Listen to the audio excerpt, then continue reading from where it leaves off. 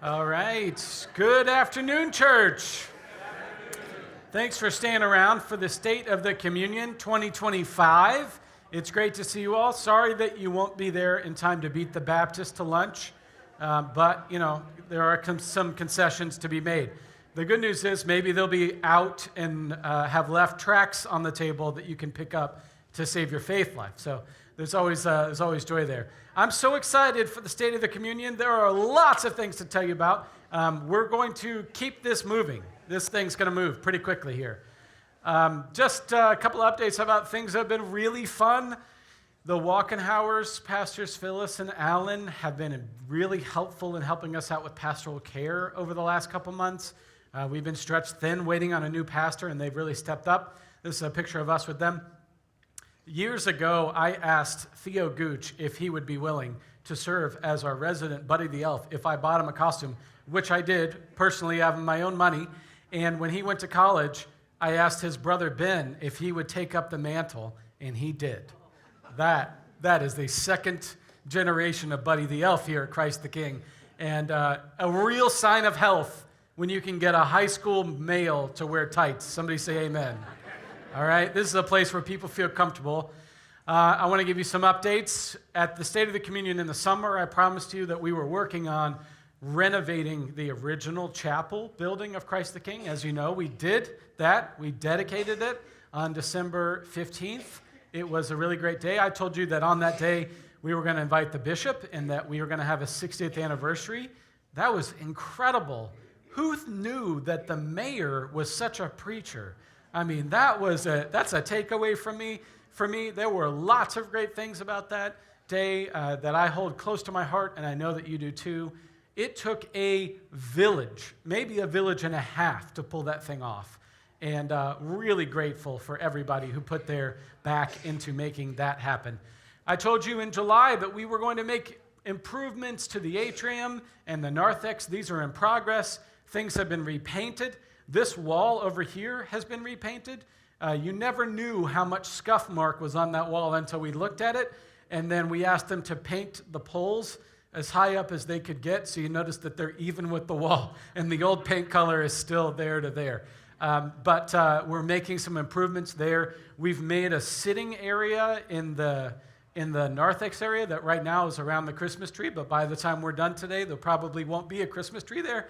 But it'll be a sitting area. We're trying to be intentional about creating spaces of welcome. I had this idea for a thing called the glimmer wall, which the staff is reluctantly going along with, even though they've told me they think it's a little lame. We're going to see how it works out. But we have a couple more things we're working on in the atrium. I told you that we're going to run a preaching survey. Originally, we had scheduled to do this in the fall, but since we probably have a new pastor coming sometime in the spring, we decided we're going to wait. Here's what we really want to know. We want to know what you take away from sermons. It doesn't matter how good we think the sermons are if they're not landing. So we're gonna run a survey sometime, probably in the spring or summer, and in it we're going to solicit some of your honest feedback of mannerisms and content, and also ask for what do you want to hear sermons about? I mean, we're guessing here a little bit. We'd love to hear from you what you're kind of looking forward to. I told you a year ago at the State of the Communion, at the end of 2023, to reserve this date, January 20th, to do anti-racism training.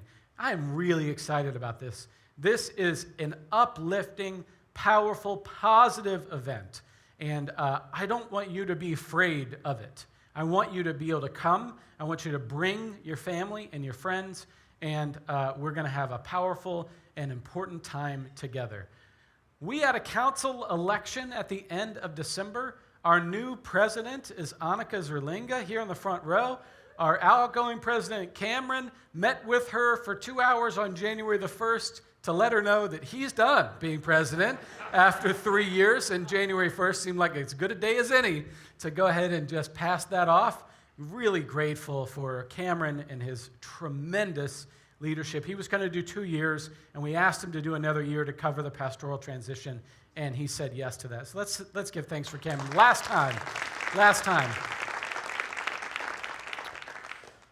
I told you that we were running a slight deficit in July. It's still too close to call, too early to tell if we're going to finish the year in the black or in the red. It's going to be close, we think, in between 1% or 2 percentage points either way.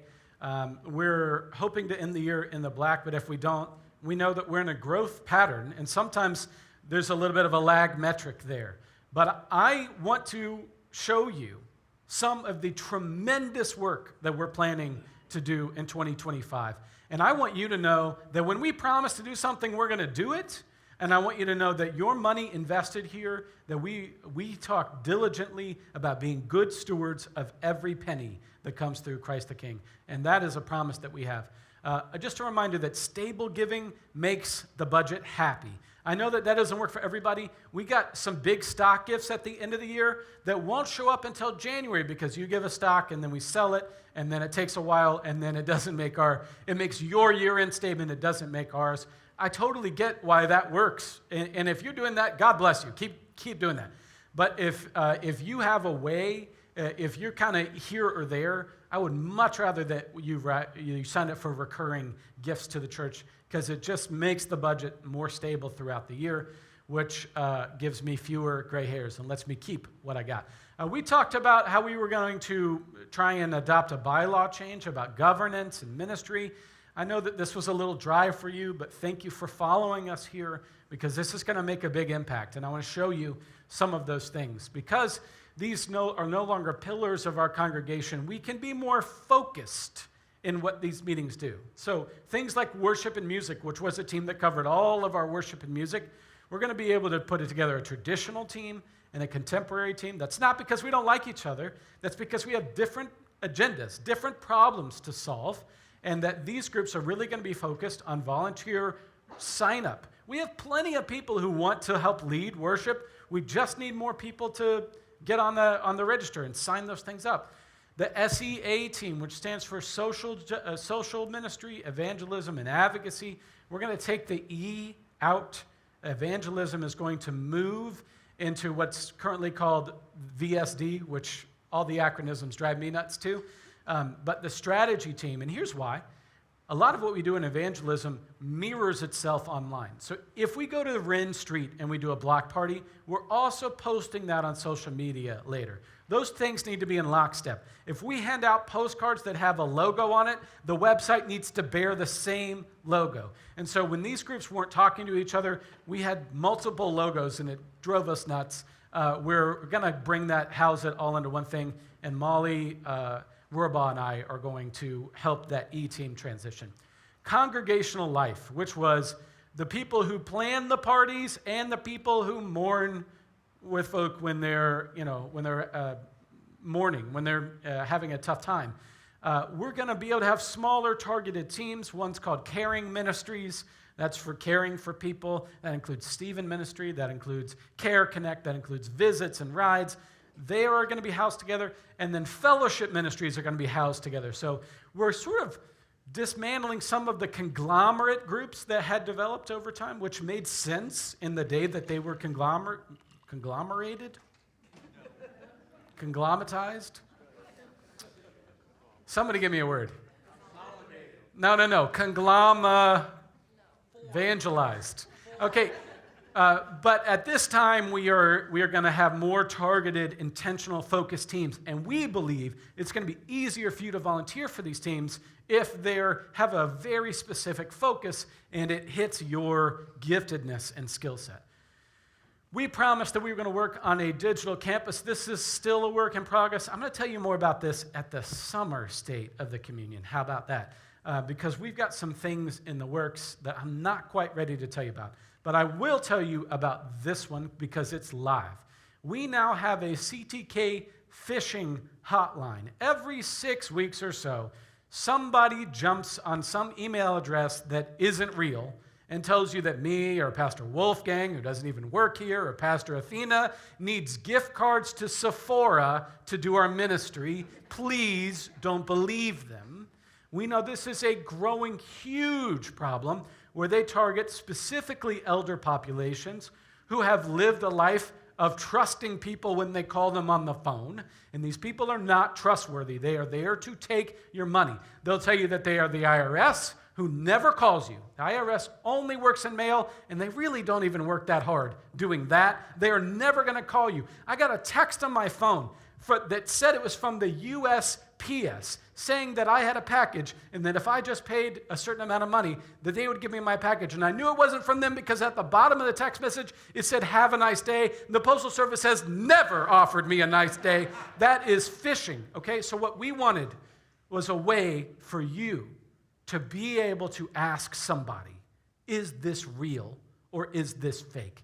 Anybody who tells you that they need money right then on the phone right now, or you're going to jail, or you're going to something, or something bad's going to happen to you, is lying to you.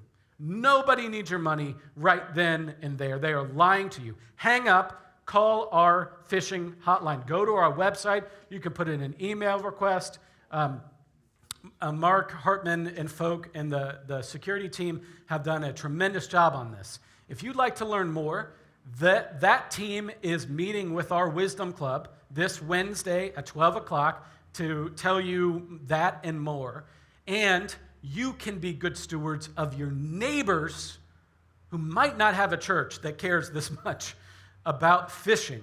And you can help other people not be scammed. This is a huge problem that is getting worse. All right, I've said enough about that. Another thing we've done in digital ministry is we've taken ad buys seriously. We put out this ad for Christmas about becoming peacemakers and not peacekeepers, and it did very well.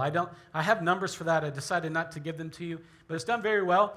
And some of the proof's in the pudding that we had our biggest on-site attendance for Christmas Eve that we've had since the pandemic. So we had a lot of people here, and I think the ad had something to do with that. I don't have all the online numbers yet, but we'll get to there pretty soon. All right, I want to shift gears and talk about some of the future. And I keep going back to this quote from Pastor Josh Lindman, who led our staff retreat in 2022. "I need to get beyond, God, please bless all of my good ideas." Man, that hit me hard because I'm really good about asking God to bless all of my good ideas. And I started thinking about how we get there. And I started to think about my role as senior pastor is to cast vision, but to do so loosely. Because we don't know all the things in the future. I think I know where God is calling us, but we're going to corroborate that. We're going to pray together. We're going to check and double check. And so one of the ways that God continues to speak to me when I listen to God in my quiet time is through Scripture, whether I'm reading or whether I'm simply driving and God puts Scriptures in my mind. And this is the one that keeps coming back to me. In every State of the Communion, I'm telling you what God has been speaking to me through Scripture. And it's this one from Isaiah 6:8. "Here I am, Lord, send me." I think it's a beautiful scripture. It's Isaiah's call story. It's how he knows that he's out there to be a prophet, to do something new. And I don't feel like this is particularly for me. I think this is for us as a congregation. "Here I am, Lord, send me." And I thought, we really can't be sent until we know what we're being sent to. So I broke it down into 2 steps. Now stay with me. Step 1, here I am, Lord. Step 2, send me. And what if we spent 2 years? What if we spent a whole year just saying, "Here I am, Lord," listening for God's wisdom? I think it's a good double check to make sure that we're not just asking God to bless all of our good ideas. And believe me, we got lots of ideas here. But before we tell you those ideas, I want you to know we're going to listen to God this year. We actually came up with strategic directions in 2020. Pastor Wolfgang and I thought we knew that we were headed toward a pastoral transition. We thought we knew that I might be the next senior pastor, but we went through that whole process, and so we set those goals up so that if that transition happened and if I became your senior pastor in 2025, which was some far-off fantasy date that didn't even feel real, I would be able to help cast vision on behalf of, and with the congregation and the community to establish a new set of directions. So this is the mood board for 2025. We're going to dream big dreams. We're going to start with wow. Love the quote from Hamilton, "I'm not standing still, I'm lying in wait." How can we say to God, here I am, Lord. And we know that you're going to send us, but we are going to spend the actual time visioning, listening to God, as Pastor Wolfgang would say, the three great listenings to God, to each other, and to the community. We're going to spend a year listening for how God is calling us. You've heard me say that enough, okay? So I don't want the next things that I tell you to scare you too much, because we're going to stop. We're not going to not just ask God to bless all of our good ideas. We are going to listen for where God is calling us, and this is what we think we know. Our Anchor Church partnership with Lord of Life is going even better than I imagined that it would. We've had this pulpit swap on December 1st, which was a lot of fun. I got a great story from this. I did my thing. They didn't laugh at nearly enough of my jokes. That's okay. I'm an acquired taste. But I'm shaking hands at the door. This woman comes up to me. She goes, will you just do me one favor? Just do me a favor. Would you go into Pastor Wolfgang's office and just move everything around? Because as soon as that guy got here, he's done nothing but move everything around in our church, and I want somebody to do it to him. I moved his couch a little bit, but I left him a note that just said, these people love you. These people love you. And I love you too. There's a lot here. There's more here than I think we first thought. And I don't know how all this is going to work out, okay? You don't talk about marriage when you're just dating, right? We're not engaged. However, we have laid some foundation so that some things could happen. One of the reasons that I wanted to talk about governance and ministry and separating them and bifurcating them is because it's scalable. And so I've been asked by Pastor Wolfgang to help lead their council retreat on February 8th and 9th. And on that day, he wants me to talk about growing young, but I want to bring some of this to him. So I can't bring this to him if we haven't had a little bit of this conversation too. It's a little bit of a chicken and the egg. So I want to share with you. Here's how I think our governance and ministry model scales. If Lord of Life keeps control of all of their governance, that means they get to keep their building and their budget and their council. They are running themselves, okay? Please don't call me when you find asbestos, right? Handle that. You have your own budget. You have your own council. But what if we combine with them for ministry? What if their pastor, who was entirely located there, or 95% located there, was on our staff? What if I sat on their call committee? What if I supervise and help mentor somebody who's coming up? Because we are in a future world where the pandemic has moved every church 10 years into the future, like it or not. And it's a little terrifying to think that we're a little bit on the cutting edge of that in the ELCA. It's a lot. It's humbling sometimes to think that other churches literally call us and email us and say, hey, what are you doing about this? And you're like, bro, we're making this up as we go, okay? Sometimes it feels a little bit like we're the peak of the flying V, right, of the birds flying there. And if that's going to be the case for the foreseeable future, and maybe it isn't, I would be so happy for somebody to take the front thing and we'll just follow them. That sounds awesome. What if we merged our ministry? I have a meeting with Wolfgang this week. We scribbled on the back of a napkin long ago, if he was going to do this thing at Lord of Life, we eventually wanted to try and start a contemporary service after their traditional service. We believe the future of church is both and. It is here. I loved when we introduced the council members today. Half of them said, I just kind of go wherever the wind blows, right? Like, I worship contemporary, traditional, 8:30, 11, online, in person. That's the future. It's an all of the above strategy, and we'd like to do that with them. So I'm meeting with Pastor Wolfgang. If they establish a contemporary service, they're not going to come up with their own order of worship or their own music. They're just going to use what we're using, right? So in some ways, this proposal for 2027, which is when the 3-year term call for Pastor Wolfgang ends, and they're actually calling a pastor, hopefully full-time, is a continuation of what we're already doing. We're already doing ministry together. We're already, their tech mirrors our tech. primarily because they used our tech guy, right, to get there. We're doing a lot of things in lockstep, so this is the future.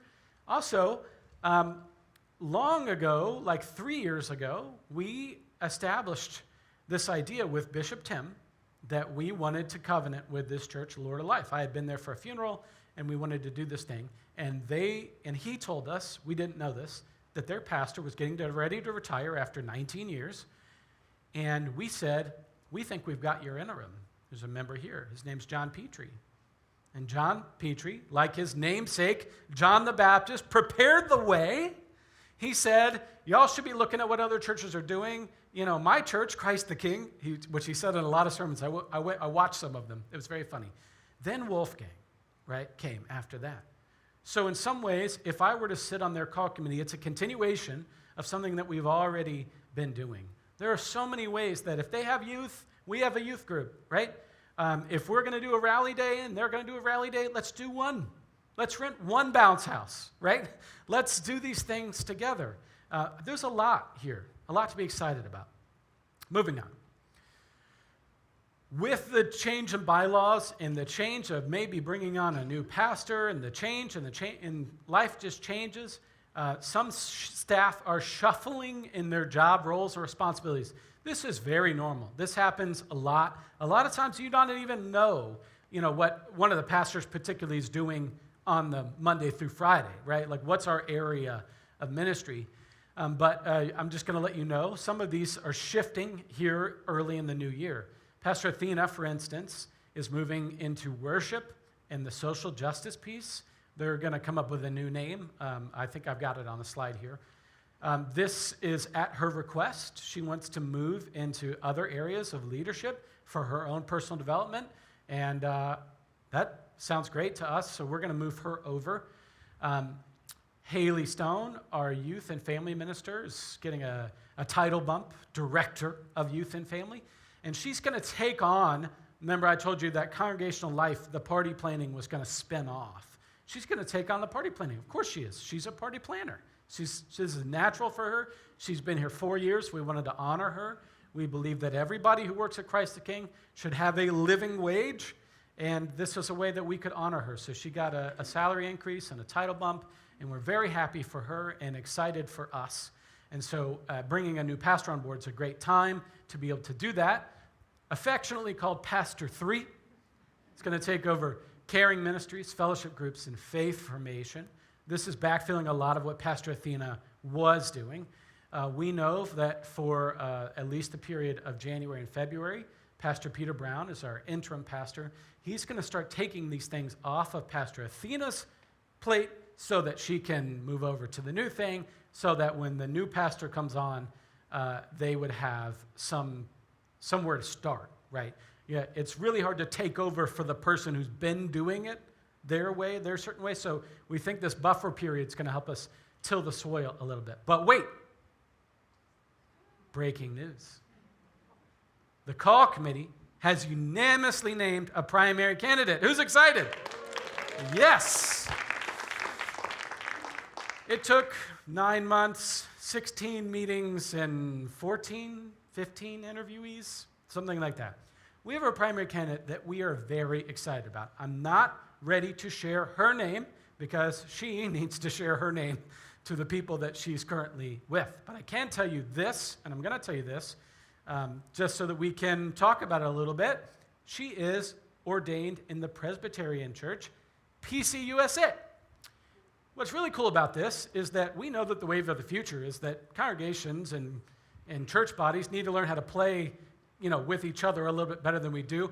And I think what's hilarious about this is like in all of the world's sandbox of pastors, we went to our next door neighbor. I mean, we're venturing out, but not very far.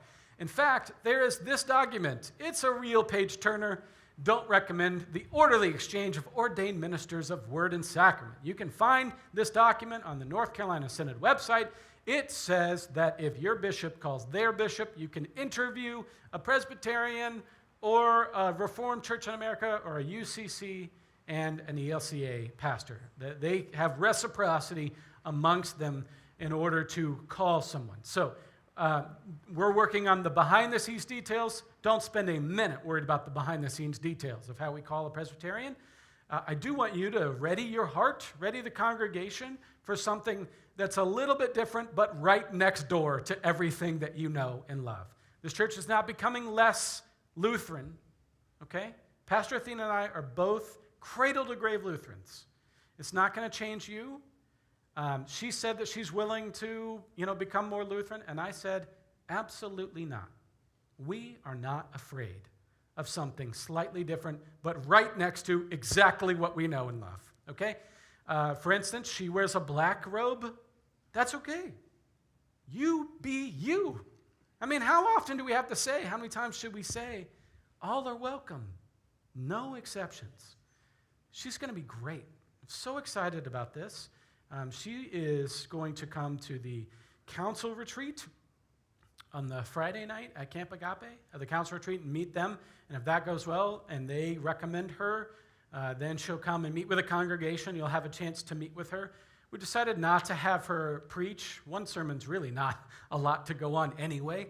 And then it's like, who does she preach to? And have we upset half of the people because she preached in one place or the other? And we definitely don't want to make her preach all four. That doesn't seem... So she's just going to come and meet you all. And if that works out, then we'll have a congregational meeting for the purpose of calling a new associate pastor. Really excited about that. You'll hear more, but I wanted to give you that breaking news for now. Community engagement is the name of what used to be this SEA ministry group, or at least that's the working title, community engagement. We talked a lot this year about how to do this better. We met for 4 hours and asked the question, what is our primary goal? Is our primary goal to do the most justice work in the world? Is our primary goal to know and work with every agency that we can come across? Or is our primary goal to get the congregation as engaged in this as possible? All of those are goals. They're all great goals. Only one can be primary. And the group decided unanimously that their biggest goal was to have the congregation moving in lockstep. And I said, if that's our goal, we need to aim for it. Our goal ought not be to aim to do everything. And indeed, sometimes it can just feel like everything we do is a drop in a bucket, right? So what we've decided to do this year is to come up with one big idea per quarter, 4 big ideas of the year, to get the congregation more in lockstep. And we believe that this is going to be really exciting and it's going to be really engaging for us. The first one, as you know, is the anti-racism training here at CTK on January 20th. The second one, I'm really excited to tell you, my friend Emily Norris, who's the pastor of the Dwelling in Winston-Salem, which is a congregation of people experiencing homelessness. It is fascinating and powerful and super interesting. Emily and I worked together for a while. She was on stage at the National Youth Gathering and told the story of the Dwelling. She's going to come. She's going to preach here on the 18th of May. And one of their projects is that they teach people who are experiencing homelessness how to cook, and they have a food truck so that then they can give employment and skills so that after they've worked in the food truck for a while, they've got a resume, they've got references, and then they can go out and get a job working in kitchens as cooks somewhere. It's a great model. They're not the only ones doing this model. There are others who are doing this around the country. And they're going to come. We're really excited about that. Quarter 3, as you know, we love to do Feed the Need, don't we? We love to do Rise Against Hunger. So that quarter 3 is going to be about food insecurity. And quarter 4 is about immigration and refugee ministry. And we haven't fleshed all this out. I mean, there's still a lot of year left to flesh all this out. But here's one of the ideas that I really like. Do you know we have over 20 people that we've resettled here from Ukraine? This congregation has settled over 20 to 30 Ukrainian refugees. They're amazing. They're really cool people. I've helped several of them move into their houses and gotten to know them a little bit. I'd love to dedicate a day to them, like a Sunday that's like Ukrainian Day. Doesn't that sound like fun? Singing some Ukrainian songs? I don't know. Do some prayers, like do something in their language. Hear their stories. Their stories, y'all. Wow. So a lot to dream here, but what we're really trying to do is get the congregation aligned with the work that we're doing. Other things that are happening on the staff, we're looking for a disciple engagement coordinator. This was Heidi's position. This is posted on Indeed. If you look for CTK or disciple engagement coordinator, and you know somebody who would be good for this role, we've actually got some really good applications in, so I'm excited about that. Hopefully we're going to start interviewing this week or next. Transitioning again. What's in a name? Now, this is a conversation that we've had in council a little bit. I hinted at it at the last State of the Communion, and then our buddy John Nagle preached about it. So we're going to show that clip. Should I advance that, or should you? Where's Mark? Present when they bring forth a gigantic cake with the words, "Happy 60th birthday, St. Mark's Lutheran Church." When I reference "Happy birthday, St. Mark's," I'm simply pointing to the discussion of what the new Lutheran presence in Cary was to be called. And despite what you may think, St. Mark's was the original preference.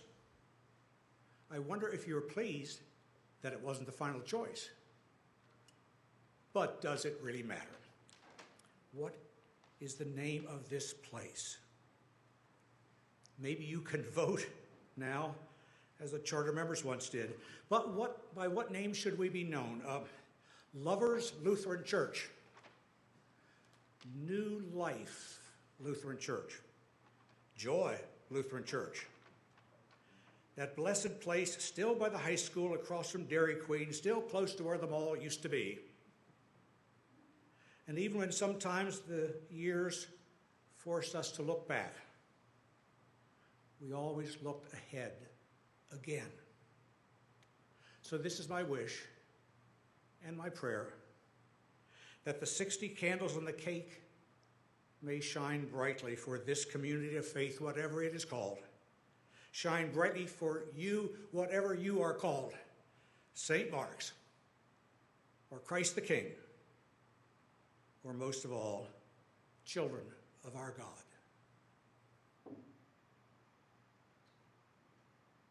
Yeah, so we've had this conversation about what's in a name on council in the executive session. I did not tell John Nagle we were having that conversation, but somebody did, which is fine. I was surprised when he preached about it. My heart was beating a little hard. There's a lot to talk about here. One of the things is his quote here, "Even when sometimes the years force us to look back, we've always looked ahead again." I think that that's a really good quote. You've heard me say in every single State of the Communion, and hopefully I'll remember to always say, the past gets a vote, not a veto. There's always going to be new things. And on the 60th anniversary, I mentioned that I think the word that most describes this congregation over 60 years is innovative.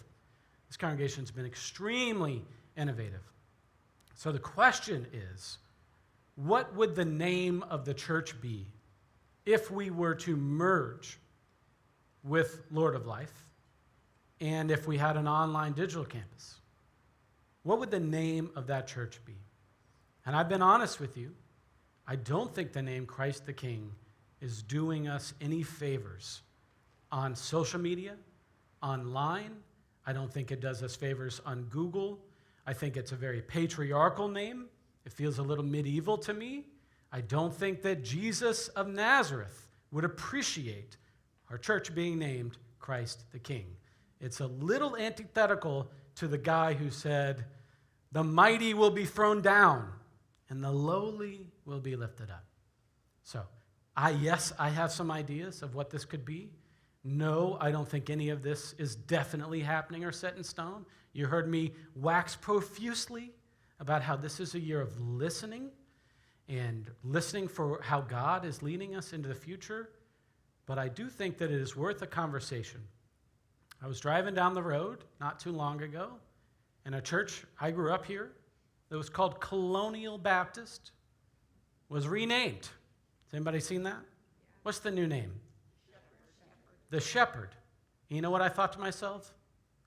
The Baptists can't be more progressive than we are.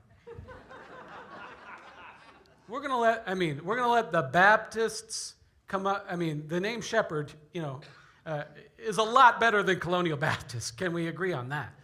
I'm suggesting that were we to do this, the word Lutheran would need to be prominent. One of the other critiques I have of Christ the King is that we almost never say the word Lutheran because it's too long. We say Christ the King, or we say CTK, and we never get to our heritage, our Lutheranism, our roots. And so if we're going to have this conversation, which we've already started, and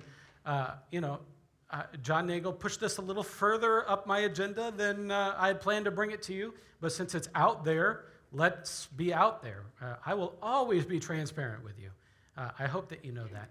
Were we to come up with a name for that para-church, I would insist that it be missional, that it be biblical. We're not naming a church elevation or extreme or some active verb, and that it be Lutheran, that Lutheran be in the title. So I genuinely don't know where God is calling us on that, but I do believe that there might be a way to name that. And should we merge, I'm using this word merge with Lord of Life, maybe there's a better word out there, I'm sure. It would be unfair to ask them to change their name if we're not willing to do the same, right? This church would never have its name changed. We wouldn't change the name of this church for 1970 or 1980 or 1990 or 2000 or 2010 or even 2020. We're talking about the name of this church in 2028, 2030, 2050, okay? One of the other reasons that we wanted to renovate the chapel was if we were to change our name, that chapel would still be called Christ the King Chapel. It would still exist on Google. It's still the original site of the congregation of Christ the King, and everything, including a 3-campus church, grew out of that, right? So we could just simply talk about ourselves as growing into another place. All right, I've said enough about that. Sure, you got questions and comments. There'll be time for all of that. None of this is set in stone. None of this has happened. We're going to spend a year thinking about things. Speaking of this year, our beloved Bishop Tim Smith has announced that he's retiring this summer, which means that there's a bishop's election this May at Synod Assembly. A lot of us are praying for this. I hope that you will join us. It's really an important position that we have a bishop that we know and that we love. Personally, I would also love to have a bishop who understands and appreciates large churches. Because if you don't know about large churches, you know that the needs and the opportunities that we have, should we get a bishop who didn't like Anchor Church, for instance, that'd be a pain point for us, right? So please keep this in your prayers. We are looking for some folk to be delegates for this. The council's going to decide that, but if you'd like to be considered to be a delegate to go vote for a bishop, that would be fine with us. As I mentioned before, CTK has always been innovative, and we're not going to stop. This is who we are. This is the church that started families together, that started Dorcas, that started One Wake, that had a preschool that refused to be segregated. This is a church that became RIC when the world told you that big churches can't be open and inclusive of all people without losing donors. This church has long before I got here and long after I'm gone, this church will be a church of innovation. And we're simply trying to live into that.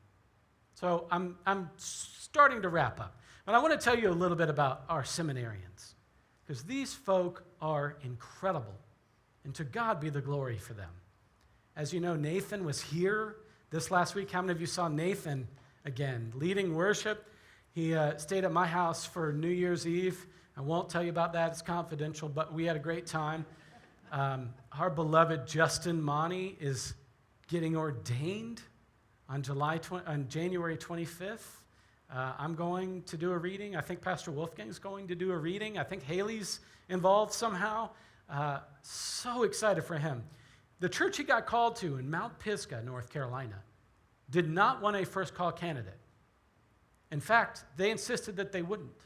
And Bishop Tim said, "You haven't met Justin yet."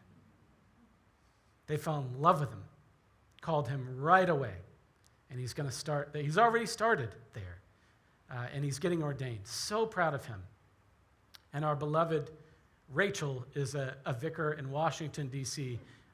She told me that I could share these texts that we've had. This is late December. She said, I told her, she said, "What should I do on internship if I get bored?"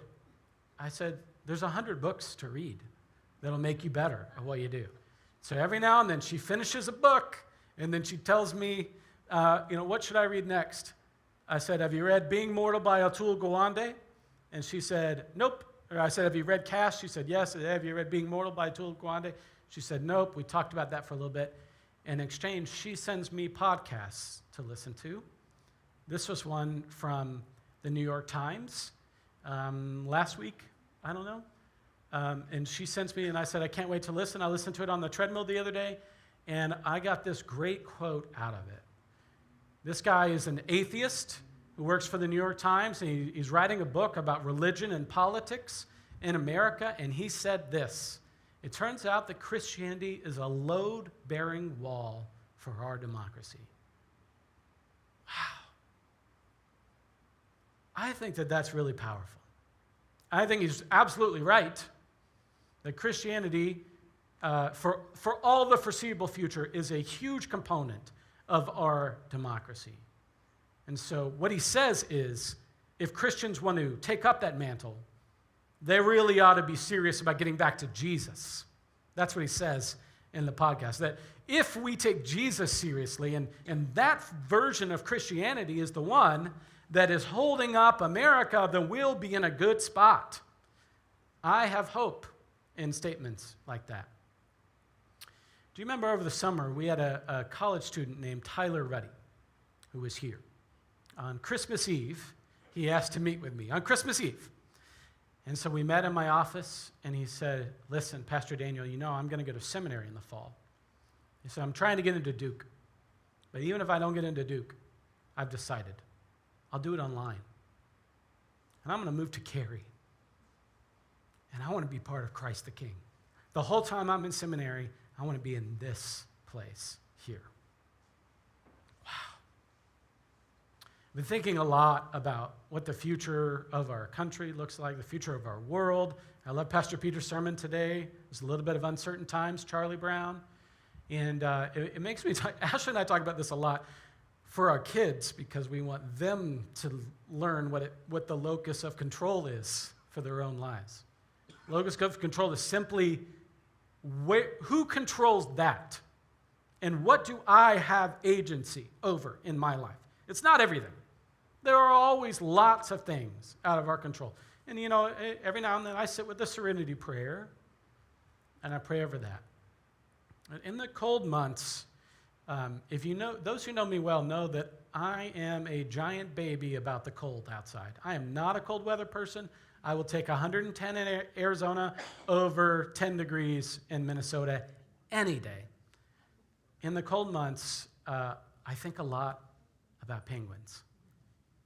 I have penguins outside my house around Christmas time. We have penguin Christmas ornaments.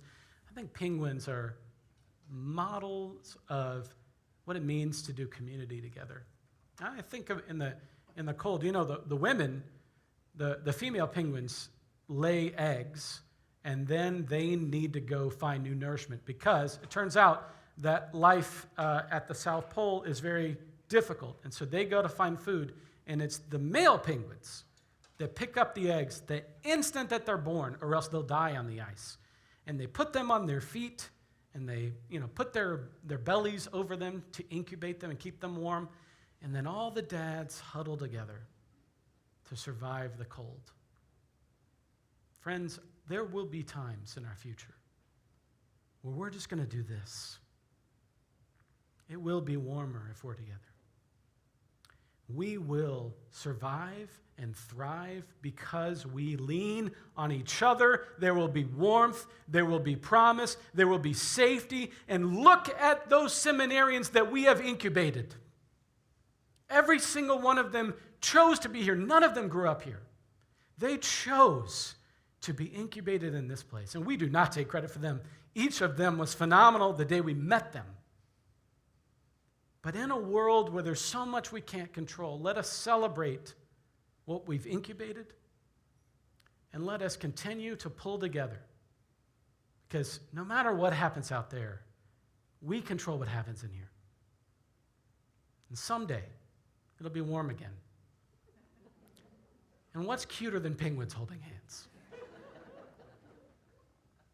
That's all I got for you today. I'll stick around for some questions. We won't do that on the air. But God bless you. Happy New Year. Thanks for coming to the State of the Communion, and we'll see you soon. Thanks. Bye.